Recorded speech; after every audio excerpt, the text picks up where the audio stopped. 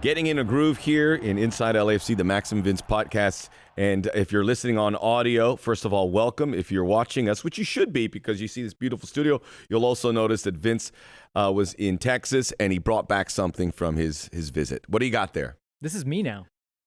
You're what are you, like a... I went to Houston. And you're an outlaw? Yeah, I'm an outlaw, a highwayman. I'm a full-blown. I got my Willie Nelson shirt, it was his birthday not too long ago. 88 years old. Looks great. Still going strong. Saw him perform. Looks great. In 2019. This is in fact my hat. I thought you bought that. I got confused. Got that. I've had this hat for a while, but I just felt like I had to commit to the bit. Yes, I have returned from Houston, and this is me now. See, it looks really cool on you. If I wore that, I would be ridiculed to no end. Oh, I get ridiculed to no end, but no, you don't. I throw it back. No. You wear it. It's very comfortable on you. Like if I did it, if you put it on me, you would start laughing. Maybe because I don't wear a lot of hats. Maybe I should wear a lot of hats. As you can see, it's getting maybe hat weather around here, if you know what I mean. You're a good baseball cap guy, though. I never used to. Quite a few LAFC baseball caps. But I like the LAFC caps changed my story. The one time I went to a hotel and this guy kept staring at it. Like, he wouldn't look at my eyes. He kept looking at the hat. And I was like, wow, it's powerful. The LAFC cap carries a lot of weight. And then I'd say to him, is it possible to get a late checkout? He goes, yes, absolutely. When? 1 o'clock, 2 o'clock? I'm like, 2's great. Is it possible to get some a free breakfast? Yes, without question. The first thing roll on in there and get whatever you want. The first thing that comes to mind when you say that is the Seinfeld episode where Kramer finds the hat and it changes his whole persona and lifestyle. It just rolls down the street, picks it up, and he's like, ooh. Yeah, I would like to carry some LAFC hats and hand them out to people because I know everyone would wear them. They're very cool. Well, and like you said, they're powerful. So if you need a statement piece or you have a big speech, don that LAFC cap. Yes. Looks good in a suit. And we'll talk about the game in Houston. And I know people are like, oh boy, there's some issue, and we'll break it down. I will give people reason for optimism. Okay. Why you shouldn't look too much into that and see why LAFC is kind of. I was gonna say there. My outfit for today was the best thing to come out of LAFC in Houston. Listen, it wasn't nice to watch. Oh no, I just look good. Hey, did you see Blake? And I was looking for a follow-up. Blake, LAFC Central. He said that on the Twitter feed that the LAFC game got up to 1.6 million. That can't be right. It could be. I mean, it's Twitter. That's a lot of people. That's a lot of people. Look, I hope it's right. I hope it's right too. Because we all think that this league needs a lot more eyes. I mean, 1.6 million is very different than this number, but that game against Seattle got a good 500,000 rating, and I know that's still peanuts compared to on the NFL. Over the air. Yeah. Over 500,000 viewers. That's great for MLS, and that's a non. I mean, what time was our kickoff? That's 5 p.m. It was 2:30, 3-ish. So what is that? 6 p.m. Eastern time? That's not a primetime window. Come on, Max, you're the I'm just looking you're a TV I'm guy. just imagining Bob's face when he looks at the schedule and he sees 2 o'clock kickoff, Houston. Shadows. He's like heat. It wasn't that hot, but it's not the best. It's not. It's tough. It's a tough place to play. I mean, there's a humidity. There's a below sea level feel to it in many ways, so you can feel swampy. Yeah, I don't know if that's the right word, but it's tough. I've done a lot of games down in Houston. Swampy, yes, it was swampy. We got off the plane and it was like just a wall, like it hits you, and you're like, everything just feels heavier. Yes. You just feel a little bit heavier everywhere you go. Another good thing to come out of that was the traveling supporters. We saw that, and our guest from a couple of weeks. Julio was there with Jaime Camille. They were watching the game. I thought it was fantastic. All together, having lunch, and that's what it's all about. They were loud, as they normally are. There was a good 5 minutes where they were chanting, "We can't hear you" to the Houston fans, because the Houston fans seemed to take a break like midway through the game. Like there were still rumblings, but they went from playing their drums and doing their songs, and they were like, they just stopped. That's what I'm saying. And I don't fault them for that. I say that it's hard work. What the 3252, you don't understand how taxing that is on a body and a mind to be in that section with the drums, with the songs, with the smoke, with all of it. Yep. And it's, you almost need a 10-hour sleep after that. I would. Yeah. You been to that stadium much? I've not been to that new one. It's a great stadium. That's why they have to work on their fan culture, and I hope they do, and they have some new ideas. We have the ownership. James Harden is there, and the rebranding with things. But they need to make a connection because there are fans there, and that's a cool stadium to go. Yeah, it's right downtown. Yeah, I mean, you can get there's all kinds of access points from public transportation and everything. So Back in my day when they were at Robertson Stadium, I don't know why I did the Texas, and that place was packed when they had the dynamo of D-Row and Brad Davis. Pat Onstad and Brad Davis and Stu Holden. They were packed. Bobby Boswell. I would have good. And the stadium was a dilapidated old University of Houston Cougar football stadium. So it's weird that they get the new stadium and everything, and then all of a sudden they don't, the fans. So the fans are there. They just got to make a reconnect. Speaking of Bobby Boswell, I was paying attention to a little bit of the score, the Jumbotron at halftime, and they were doing Dynamo trivia. What Dynamo player has the most red cards? Always a fun trivia for your own team. Yes. But it was Ricardo Clark, Bobby Boswell, or Robinson. And I was like, It has to be Eddie. It was. But I was like, I think it's Bobby. No. And it was Eddie. I knew it wasn't Ricardo Clark. But Ricardo Clark, really great MLS player that doesn't probably get enough. People come to us for Houston Dynamo trivia. I jumped in here because of how you're dressed. And again, this is me now, so just get used to it. And I wanted to talk, I'm a big Willie Whalen, Chris Christopherson, Johnny Cash. I like the country. Tommy Duncan. You know Texas what I love, Playboys. though? I'm a big, more of the Bakersfield sound, so I'm a big Graham Parsons. Merle Haggard. Merle Haggard. Well, Merle Haggard, we're getting way off base. You know, the slide guitar. Merle Haggard had this. I was watching it on YouTube this weekend because you guys were in Texas, and he played with the Texas Playboys, who were like the origin of all that swing music, and he was playing with it, and I was just mesmerized. Check it out on YouTube, Merle Haggard and the Texas Playboys. I will. The younger audience is like, nah. I will. Now we have a younger audience. Now that I've fully embraced the country lifestyle. So we'll get back to that, right? We should circle back. We want to talk. It was a big week again. We'll get back to my country lifestyle and all that, but maybe let's take a broader picture at the world football because there's a lot going on. Sunday, woke up to see Manchester United, Liverpool, the biggest fixture in England, and then all it was different programming. Yeah. I slept in a little bit. I get up pretty. I get up early. Sunday, I sleep in. I'll get up around 8:30, 9. Well, I did as well because we had just got back from Houston. Of course. And I'll wake up Sundays and I'll check my phone, check the score app. Oh, what time is the game going on? It said United Liverpool. And I was like, oh, I want to watch that. It's an interesting game. There's always some fireworks in it. Yeah, and I go, it's 9 o'clock. It says kickoff's 8:30. There's no score. There's no bug with the time. How far along in the game they are. I'm like, wonder what's going on. Turn it on and see all the crowds on the field and go, oh. Big mistake by the authorities there because they knew this was going to happen. They were alerted, and then they didn't have enough security. So that falls on their shoulder. And it's we're in an era for a lot of different reasons. Fixtures get postponed, but you can't do it all the time. And when you put this. I would like to think anything possible to avoid it. Obviously, once they're invading, your safety is first. But obviously, the security wasn't there. So before you even get into the reason for the protest, what they want, which is still not 100% clear, they're angry at the ownership because of the debt that they've had from day one. Yeah, let's be clear. This is a long-standing issue. Which is kind of the way we do business in the United States. Mm-hmm. You buy something, you get a loan. You don't have this money and you put it right. Yes. No, that part is correct. But you shook your head at me. But I'm trying to see because the American audience is going, what's going on? So we were told that they were doing this. This is the way that they do it, and they didn't love it. But to your point, yes, you leverage yourself with a little bit of loans. You're like, we're going to pay it back. It's Manchester United, of course. We're going to grow bigger things to pay it back. And we've been told that they have, and we're starting to find out they haven't really paid that debt off. And then when you think about how the team's not playing as well, you've had Ed Woodward. That's not accurate. They are playing well. They're playing well-ish. No, they're playing well. The future for Manchester United on the playing field looks very bright. They're winning their games. They're a solid second, and they might be winning the Europa League. I would imagine they would. That Roma game. Yeah. And that was bad. This is off of success. Only thing missing in that Roma game was a Vespa on fire. We are protesting. Throw the Vespa. True story. The Italians know how to protest. Yes. I didn't see any Vespas on fire at Old Trafford. Come on, man. No. But so I think they're going to make a huge splash. I bet you they're going to go after Erling Haaland, but everyone's going to go after. But the money's going to have to be right. Yeah. They're going to get a big target to go with the squad they've built that could potentially put them over the top. And by the way, this is all happening. The protests in England went to me.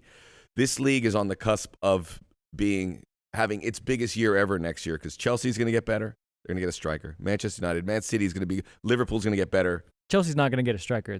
Timo Werner's just going to get better. No. I heard Romelu Lukaku. No, it's not going to happen. I mean, well, okay, well, we'll just go into it. No, okay. Inter won the title. Romelu Lukaku's obviously their number one guy, but at what cost? Like Inter literally has spent. They're going to almost implode and have to sell. They're like, we won it. Now it. You know what? I don't know if we can. I don't know if we can say this for copyright reasons because they are in a battle. Inter reminds me of Miami, not Inter Miami, but Miami Marlins. It's like, hey, whoa, we won the World Series. Sell everyone. No, so people will still come around. They want to celebrate champions. Right, not if you get rid of all the players. So maybe talks, Chelsea gets Lukaku, but come on. No, but if not Lukaku, they're gonna target Daryl Dike. Oh, to go with Christian, a savvy. I mean, that would actually be smarter transfer policy than just buying the guy just for $100 million just to do it. Right. I think Timo Werner has what it takes. It takes some time to settle in. He's got a coach now that believes in him. I don't think he's as he's a little bit unlucky, and I don't think he's as gun shy as everyone's making him seem like all of a sudden he's this bad player. It's taking some time. I will talk to you about the protest a little bit longer, and I thought it was a really bad. Okay, day. good, because I don't want to talk about Inter anymore. Okay, I want to talk about Inter because I think it's a big win for them because it could alter what Juventus does and change how the Serie A is won, and it's a big win for those people that are anti-Super League because Juventus not winning, and say Barcelona, Real Madrid don't win, then all of a sudden that big three that are still in the Super League not winning their leagues, like, oh, what's so super about you guys? Yeah. And these teams, Bayern obviously, PSG may not win their league. Yeah, Juventus is now in a fight to make sure that they get just in the Champions League. Correct. If they don't, Cristiano Ronaldo's got 1 year, and if he leaves, then they are forced to kind of build with young players a different approach, and they have a new coach. It could be some lean years for them. Yeah, by their high standards. We've already seen it happen to Milan, but they've kind of now rejuvenated themselves with some young players. But yeah, to your point, this is maybe the best thing that could happen because Inter wins the title after Juventus had won 9 years in a row. Nine years in a row. I mean, it just doesn't seem fathomable that it could happen. But the biggest winners in this are the Milans, the Napolis, the Atalantas, the Lazios. They're now like, hey, man, maybe we could at the very least, get into those top 4 spots every year, knock Juventus down a peg. It's Atalanta possible. Have been hovering around the front enough times now that I wouldn't be surprised. Actually, I would almost pick them at this point to win the league next year. If they are due because they're second, third, fourth, second. They're second now. They just lack a little depth. If they get a really good run, and they're selling their players. Yeah.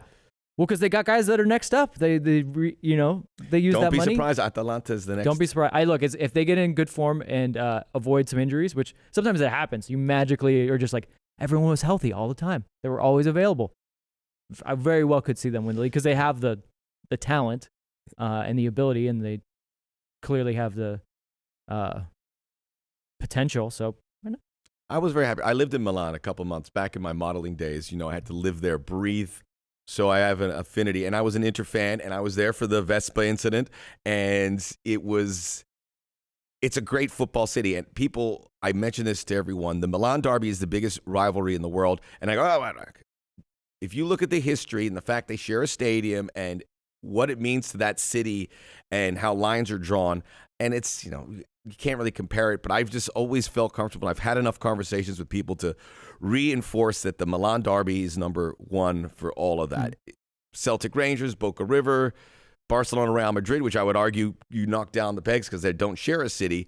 To me, it's good. So it's great for the city, that beautiful cathedral, all the history, and I'm sure Milan folks aren't thrilled about it, but it's good for them too. Well, speaking of protests, and we don't condone one in GameStop, but the greatest photograph of all time is that Milan derby being stopped because of the amount of flares being thrown on the field, and Marco Materazzi just with his elbow on Rui Costa, and they're just watching it, and it's shot from behind. It's the one. Just look it up, Materazzi, Rui Costa, Milan derby, and it's the iconic image of derbies. Warm, cuddly Materazzi. Yes. That's infuriating. The Matrix. So with the protests at Manchester United, the Sky Sports has their crew, and they react. It's Gary Neville. Yes. Roy Keane. Graham Souness. So you have a lot of Manchester United. Yeah, it's really tilted toward the north of the country. Well, this is my issue. And look, they're amazing, and it's better than the games a lot of the times to hear what Micah Richards is there as well.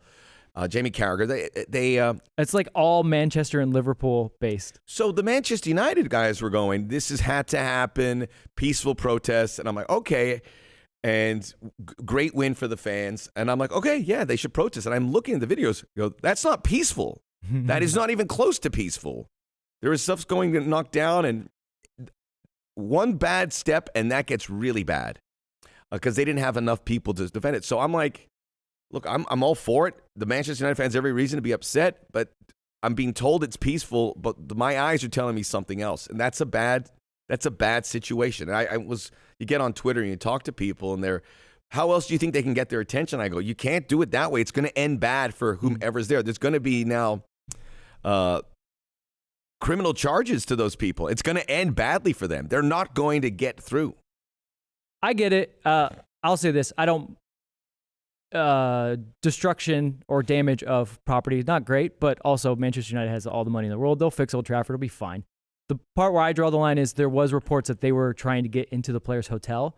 One, the players have nothing to do with this. You're not protesting the players. Two, we know how dangerous that is. So that's where I draw the line. That's where like the peaceful part becomes not so much, because we're talking about other human beings, which again, they don't own the team. They just play on it.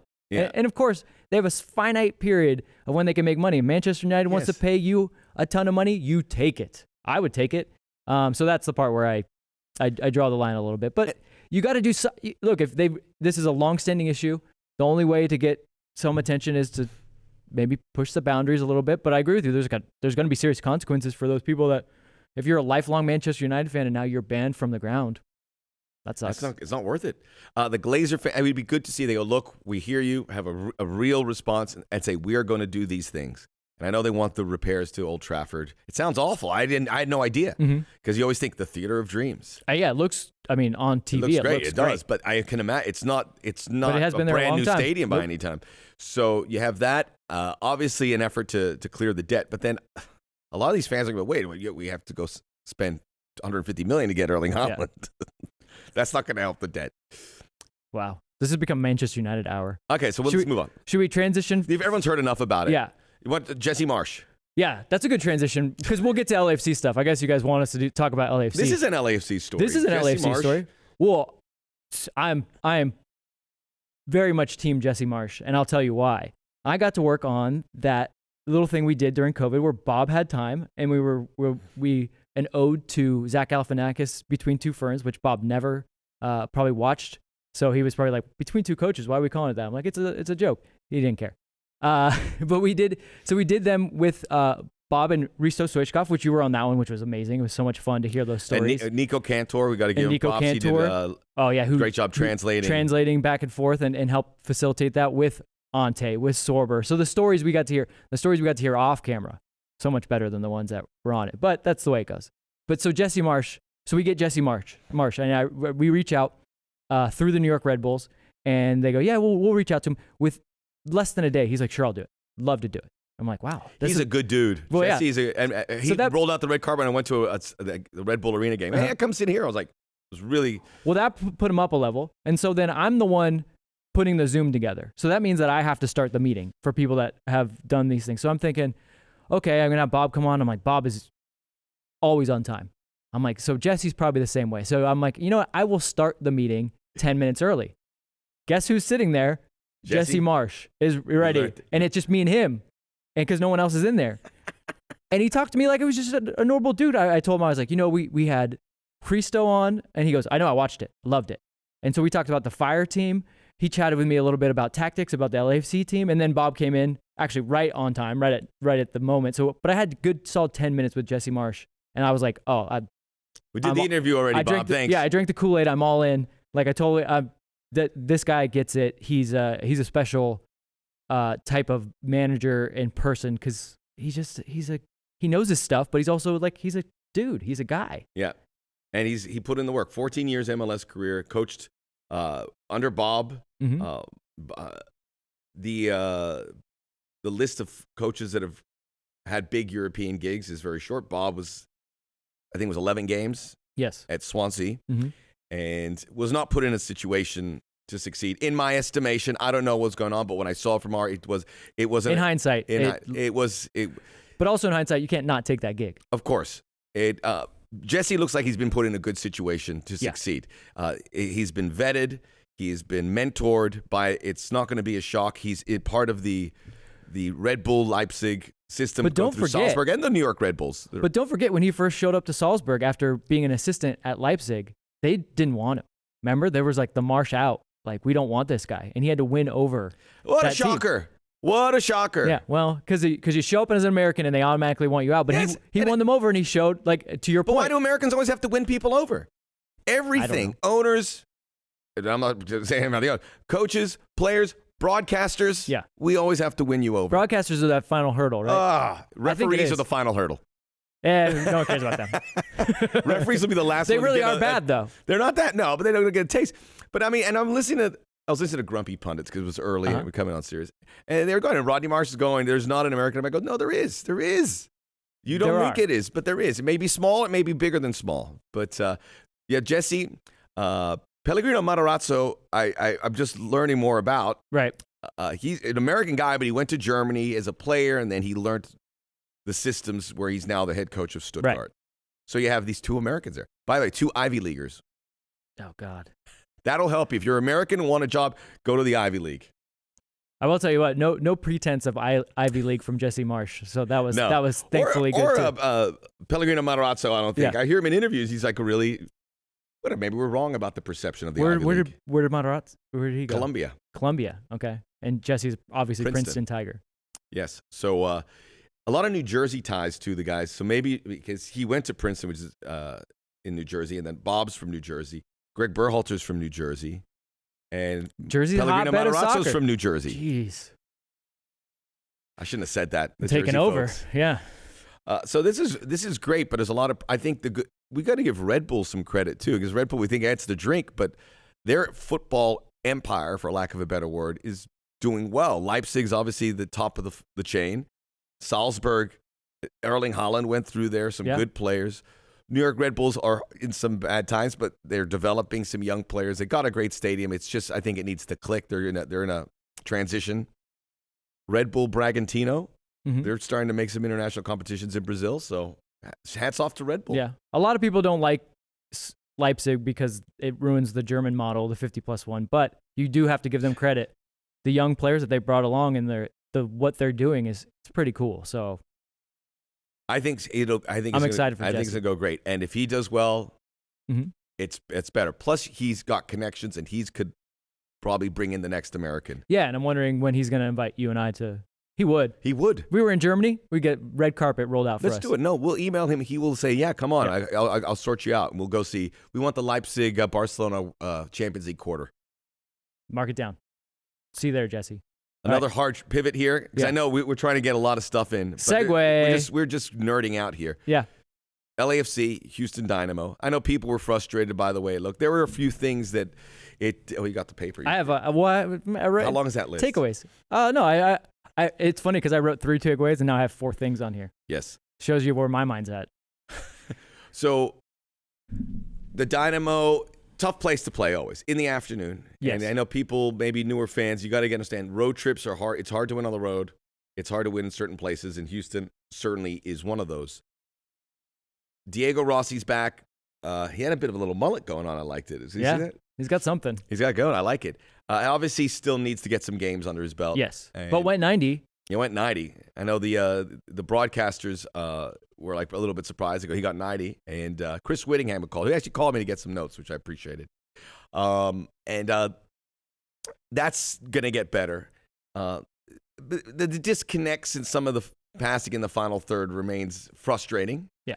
Well, that's my take. Bob aired it as much. Yeah, that's my takeaway one. But I mean, Bob said he's like, our football just wasn't good today, and in a lot of regards, that means the passing was bad.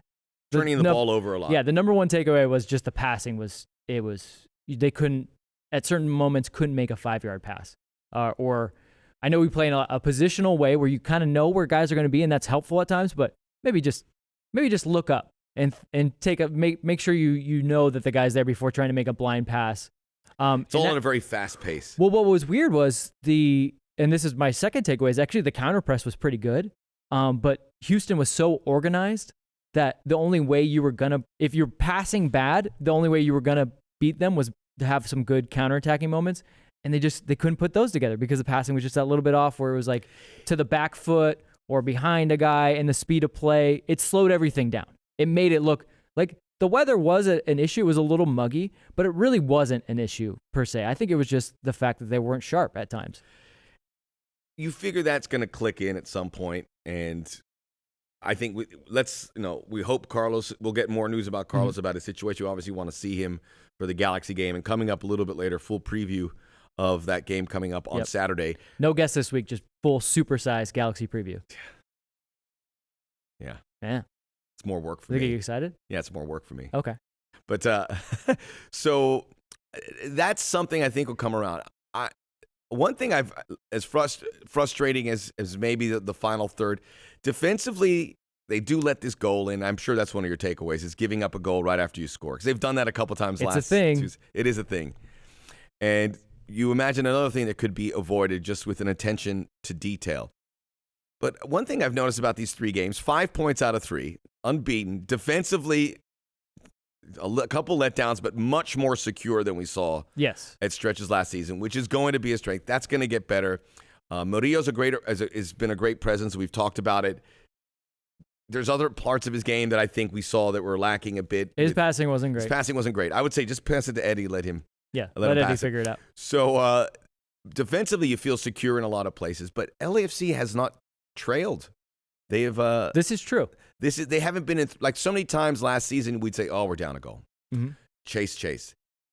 I'm not saying they've never been in a situation to lose a game, but it doesn't feel like they were on a cusp. I know Pablo had to make the big save late, but it always feels like at worst case scenario, they still have some control over the result. Well, that's my floating fourth takeaway that I said I was going to do 3 takeaways, but I have a floating fourth one. Is that there's this weird feeling that they're in third gear. Like, we have not seen, not just personnel-wise, but we haven't seen LAFC be sharp from minute 1 to minute 90 through a game. And you and I, 1, because we're homers, and 2, because we've watched this team enough, we have confidence that they're going to figure it out. I mean, we've seen players do things that they just don't do. These slack passes, these kind of brain-dead moments where they give up a goal. They don't always do that. So we have confidence that they're going to pull out of it. But you bring up a good point. If Carlos isn't around, is it going to start to stack up? Like, at what point do we stop and say, no, it's not that this team seems like they're in third gear. Something's wrong. And I'm not saying that we're anywhere close to that point, because, again, I know that there's enough talented players. I know that better personnel is going to come in. They're going to get in better shape. So I don't know. I'm just putting it out there. It feels like either this is a moment where teams should look at LAFC and go, man, we need to get our points now because we're not going to, because they're going to be flying in a couple weeks, or, a season can come unraveled quickly, especially if injuries pile up and no one gets kind of familiarity and there's no sharpness. That was kind of last season. That's what last season was, right? And it was always like, oh, boy. But in 3 games, even the Dynamo game, it felt like they had control of it. I mean, they had a lot of possession, which when they play at home, generally will be able, they did in their first game against San Jose, who's turned out to be a really good team. Houston's moments of dominance were only out of LAFC slackly giving the ball away. Like, there were just moments where LAFC would weather a little bit, get the ball back, good way to win the ball back, and then just roll it back out to Houston. And so it was like, you're on the back foot. But the flip side was there were some really pretty moments. There was that moment in the first half, which everyone's loving. Atuesta's ball. Yeah, spinning and going from being under extreme pressure to just the most perfectly weighted ball to Diego, which I think if he's in form, he makes that, right? I was really taken by how that picked up steam, and people were reposting it because it wasn't a goal. It was a through ball, and I go, is it sexy enough? And it was. Oh, it was. People liked it. When you see that left back committed, thinking he's passing, because his hips are open a different way, and he just cuts it back across the grain into that window. Put it on the YouTube reel. Yeah, that's a good one. But that's what I'm saying. There was some pretty moments which made maybe the mistakes and the chances when they could have got out and run and really put the Dynamo under pressure and really taken the game to them. And it made them stand out that much more, because it was like, I know what you guys are capable of, but man, this is not it's not pretty by any for long stretches. Fullback pressure, it's a work in progress. We want to, and look, this was going to be a strength here, but Cheeky getting up there and making that impression, getting in behind the defense or whatever wing back, depending on the teams they're playing. Marco Farfan on the right, a young player still finding himself and thrust into this situation by necessity. Tristan Blackman we saw come back. Yep. He might get back in there pretty soon. He looked great as that right back in the opening game. And Kim Moon Hwan, we await, but we heard from Bob last week that he's getting training. I would imagine see some minutes for him. Maybe not this weekend, but pretty soon. Yeah, I mean he's got to get some just fitness, right? Get maybe a 30-minute spurt. But to Bob's point was he's learning too. So he came from a slight knock early, and now he's learning. So he's kind of behind the curve in two aspects, but I think they'll get him up to snuff, and they're not afraid to kind of throw guys out there and let them kind of sink or swim. So Marco, we've been pleasantly surprised with how Marco's doing, and there's still moments where he's learning. That's sometimes he got the ball knocked away, but it's like he was getting up, he was going for it. Oh, by the way, that when he collided and it ended up resulting in the goal, he had to kind of go for it, but it was a moment where you have to win that ball and you have to get it out, but it didn't happen that way, and then they had the kind of that full run of his flank.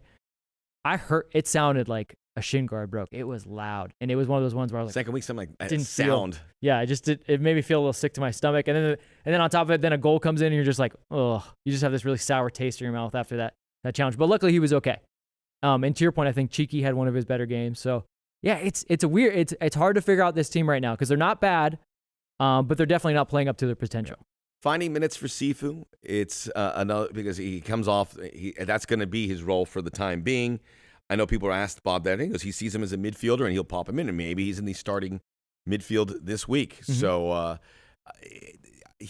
we know that there's the talent there and the guy, and he has a goal from the opening week.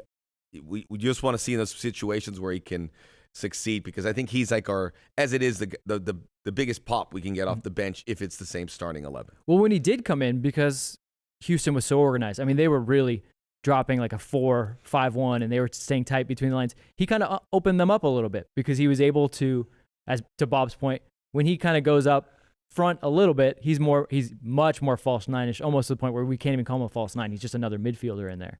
And that gave them a few more angles for passing to find some ways between the lines. And that's where it got somewhat pretty again, but then there was just it was a disconnect at the final moment. So, I understand people were, and I was kind of like, it wasn't the best game. I wouldn't say it was boring, but it wasn't the worst social game. Media, the hyperbole is a little too much for me. But there's a high bar set for this club, and everyone knows that. And if you can, they obviously dropped points against Seattle at home, very shorthanded.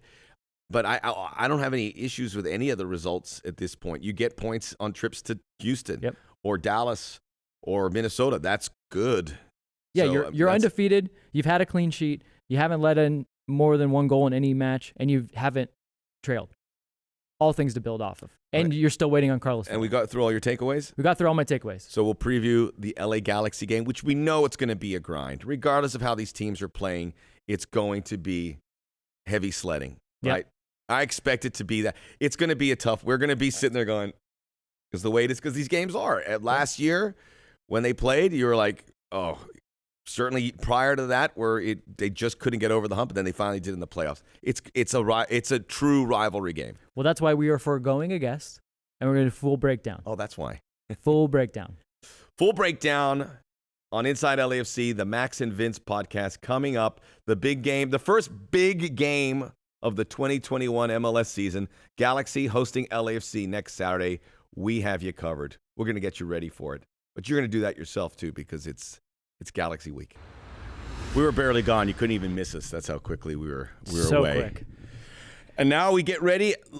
We're going to have a lot of games, more than the regular run-of-the-mill 2 games with the LA Galaxy. The first one is this weekend. It is going to be at 5 o'clock local time, Dignity Health Sports Park. It is going to be broadcast on Big Fox. I love Big Fox. Big Fox. It's not technically. Capitalized FOX. FOX.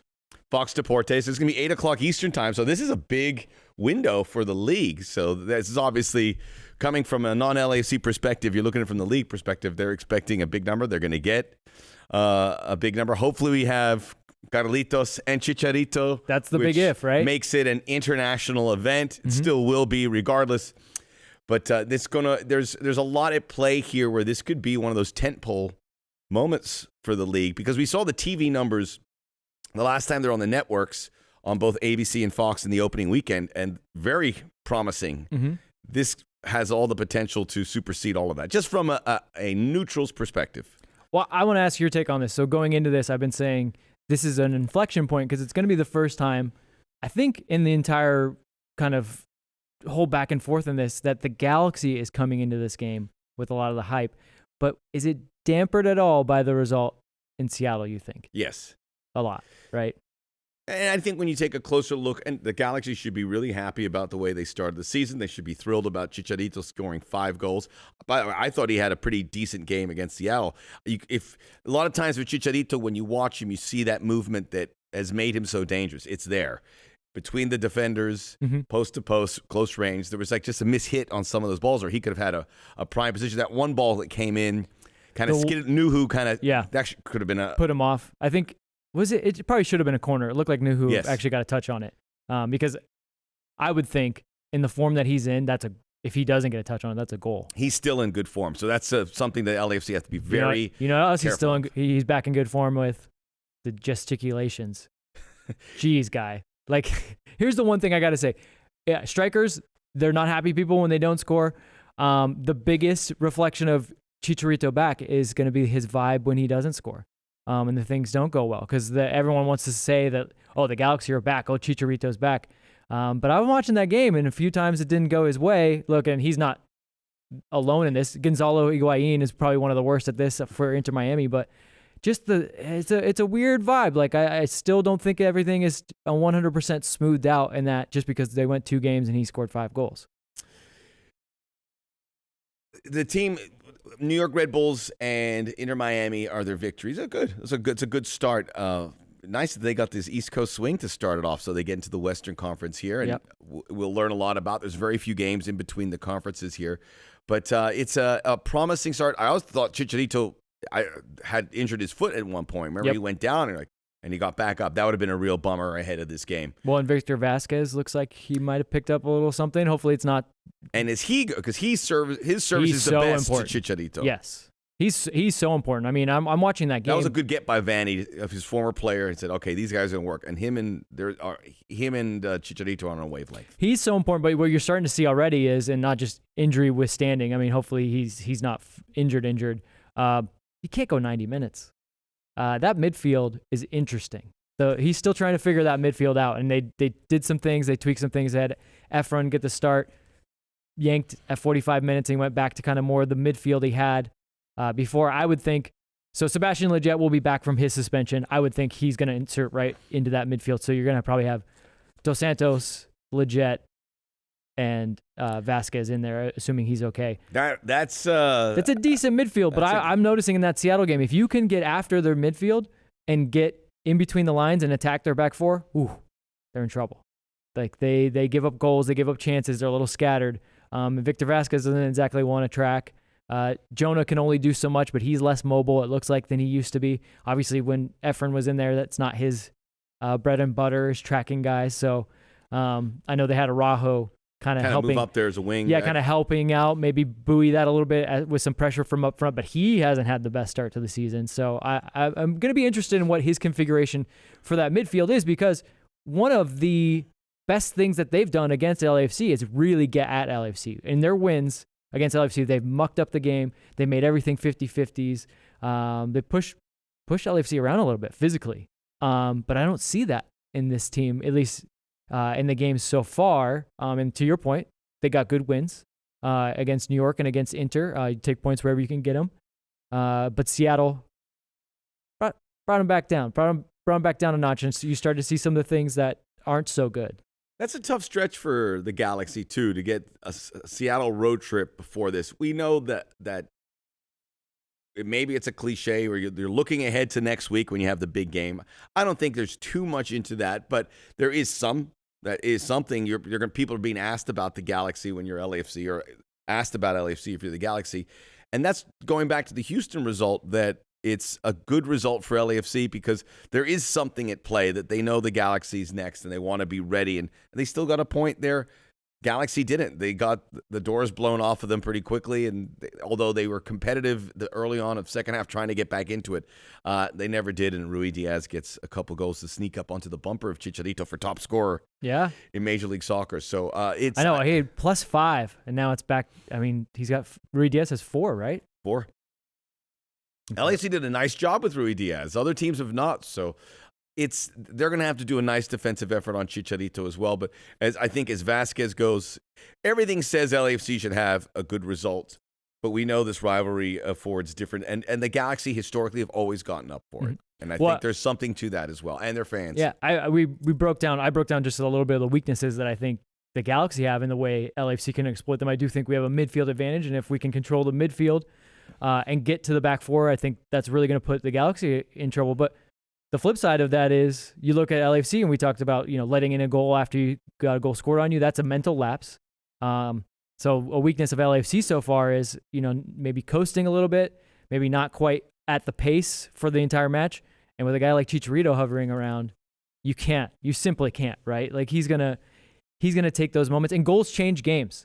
So LAFC could go into this, and we've seen them go into these games and simply dominate, but not get a goal and just get sucker punched, and then try to push that much harder and get sucker punched again. And that's exactly Chicharito's game, right? If they can find him in those moments where LAFC maybe is just a little unbalanced or their mind goes for that hot second, I think both these teams, kind of what they've shown is their inadequacies to start are going to be heavily under the microscope because it's both what the other team does better.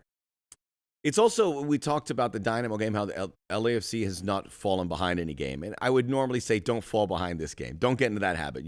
But they've also had issues against the Galaxy where they do get out in front and leads evaporate, famously in the first Zlatan game.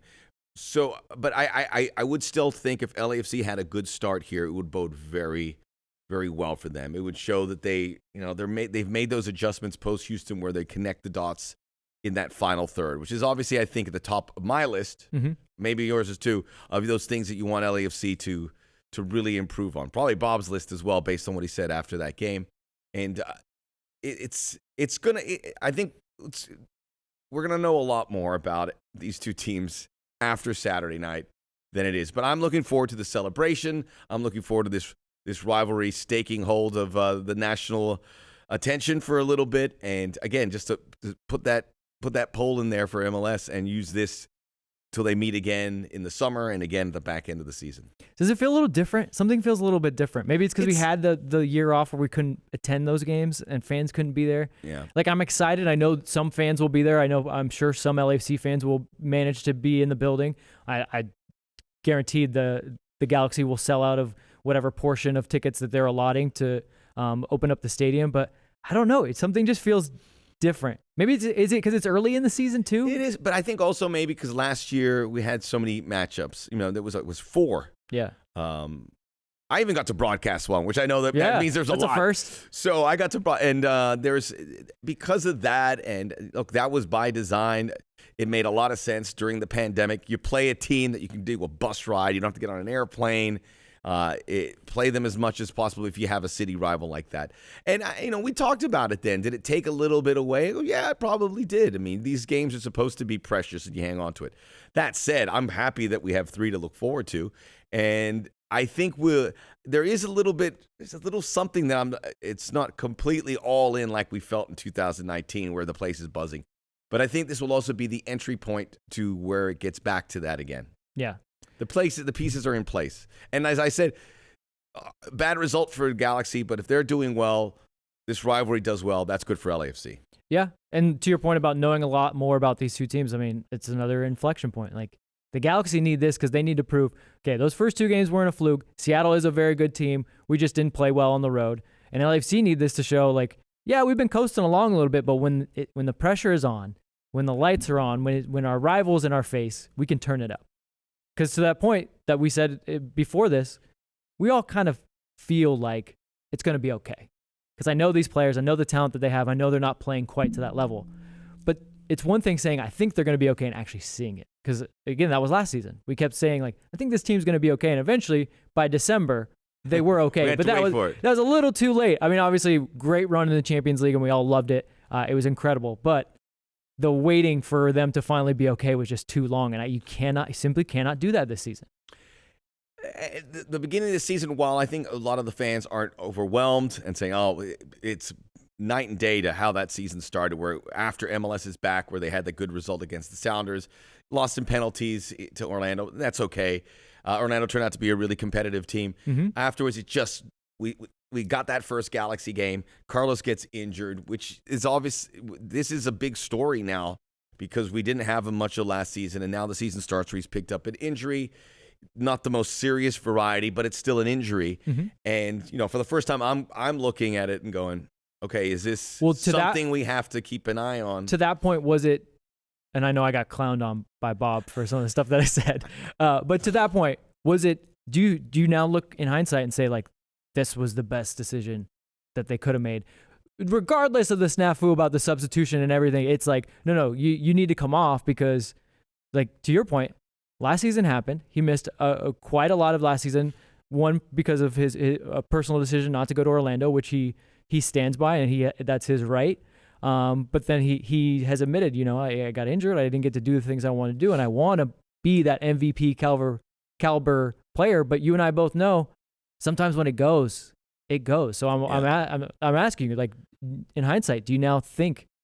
That was probably the best decision that they made all season in terms of personnel. Absolutely. And look, he was so durable in 2019. He played, he took a beating. Remember these fouls? He does take a beating. He still does.